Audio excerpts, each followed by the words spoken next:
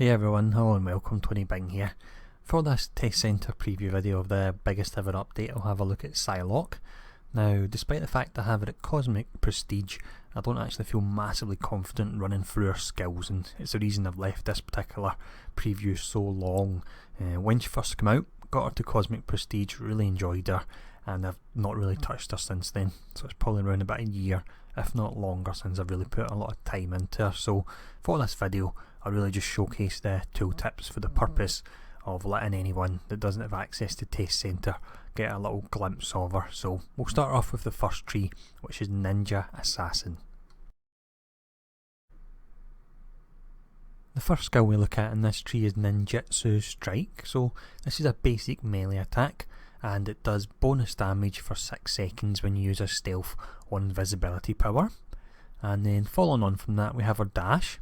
It's got stealth attached to it as well as a knockdown. It has the usual 4-second cooldown and also 3 charges. And then we have Fallen Locust Strike here, which is your physical damage dot, 6-second duration.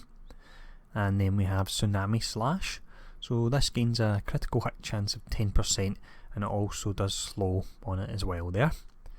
And then we have Kirisuit Gomen. Now, I'm pretty certain on live this used to be a spender, but it looks like it's now actual a cooldown power with charges. And then following on from that, we have Psionic Projection here.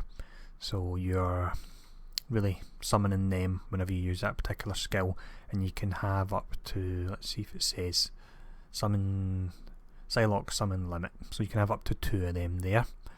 And then next up we have Katana Typhoon. So this particular skill does not break stealth. It's got a low 3-second cooldown. And then the final skill we look at in this tree is one that I do remember using quite a lot, is Assassinate, which is an execute, and it also does bonus damage while stealthed or invisible or within 2 seconds of breaking stealth there. And it's got a low full 4-second cooldown as well. But let's look at the next tree now, which is more the ranged and mental side of things, which is Psionic Combat. Now with this tree, I believe much remains the same as it is in live. You do have Psy Strike, which is now a basic. I'm pretty sure that was a spender on live, but that's a basic because of our new resource, which we'll cover once we get to the talents and traits. But following on from that skill, we have Psionic Assault. So with this, it's a mental damage dot, and it's also a weaken. And then we have Psy Thrust, which is our second dash skill, and this one will restore your psionic barrier. It's got the same charges and cooldown 4 seconds, charges 3. And then we have the ranged basic spender here. I do think the animation on this has been upped a bit, but again it may be the placebo effect I'm seeing with a lot of heroes where it's been so long since I've played them. I'm sure there's visual changes when there's actually not, but I'll show it off anyway, and fans of Psylocke can let me know. There was Jessica Jones jumping in a little bit to get in action as well there.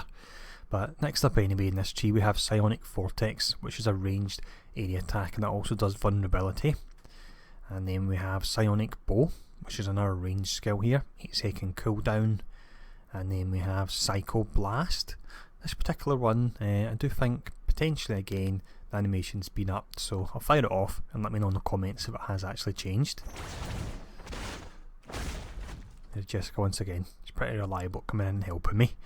And then we finish off this tree with Ethereal Butterflies, which is your signature, and it's firing off 25 of them, and it's got a chance to restore health on hit as well. So let's now look at the talents and traits. First off then, we'll have a look at the traits as we've been doing with these other test centre videos.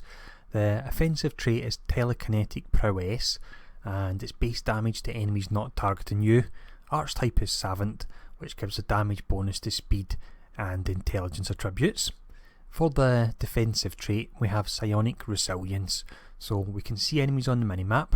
We gain a flat 3% dodge chance, and we have a multiplier of both deflect and dodge, as well as 8-second melee reduction. Now, as mentioned earlier in the video, we now have a resource, no spirit anymore. Primary resource is Psionic Barrier, and with this it negates 50% of all incoming damage and absorbs the rest, and this is restored automatically when you're out of combat. For the talents, first line we start off with Protected Mind. So damage resistance 5% plus an additional 5% against mental attacks, and you also apply Guarded to your allies. On top of that, a Refill Butterflies or Signature restores 25% of your maximum psionic barrier per second while active. The next option we have is Butterfly Effect, so this would make your signature instantly reset the cooldown of your other powers. And then finally in this tree we have Butterfly Swarm, and with this, when your signature deals damage, it has a 50% chance to reduce its cooldown by 0.5 seconds. Simple enough there. So talent line number 2, we have Mobile Assassin. So when you hit with Shadow Dash or Psythrust, or 2 dash skills, all of your movement powers deal 50% damage for 2 seconds, and additional stacks increase the duration by 2 seconds per activation, and that will add on an extra charge to both of your dashes there, so that will bring them up to, let's see, 4 charges in total.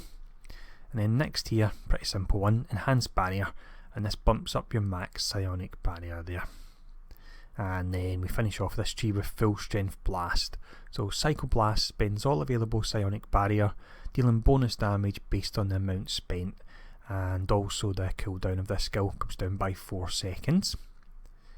And then we have Finish the Job. So Assassinate critical hit chance 100%, and Assassinate instantly restores 1 charge of Katana Typhoon and Kirisuit Gomen. We then have Masterful Projection.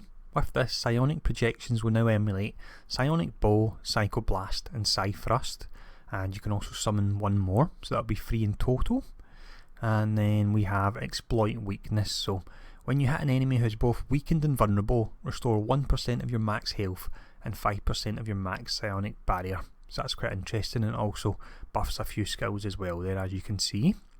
But next up, talent line 4, we start off with Cut Once. So base damage 10% for melee powers, Tsunami Slash damage 100%, cooldown 4 seconds, and it gains 2 charges. And then we have Tsunami Aftermath. So the base damage is 10% for ranged powers, and Tsunami Slash becomes a ranged and mental power and deals additional damage over time. Will be interesting if these ranged talents will be enough to make the ranged build on Psylocke viable. I don't think it ever has been compared to melee. But the last skill we look at here is Psy Katana. So enhance your katana with psychic energy, causing any powers that use it to now deal mental damage and apply psychic hemorrhage. So this allows you to move over from hybrid physical mental to full mental, as you could do on live, and you can see the dot on that as well there. For talent line number 5, we have Psionic Constructs. So Psych Crush transforms into Crossbow Construct. We'll click this. Let's see.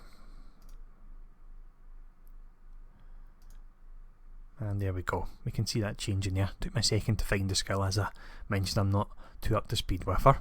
But with this, Crossbow Construct pierces enemies instead of exploding in the first hit, and deal increased damage to vulnerable and weakened enemies.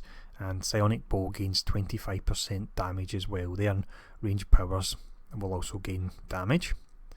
And then we have Dancing Katana. So Fallen Lotus Strike's damage over time effect deals 50% additional damage, duration is increased by 50%, and that ups the charges on Katana Typhoon.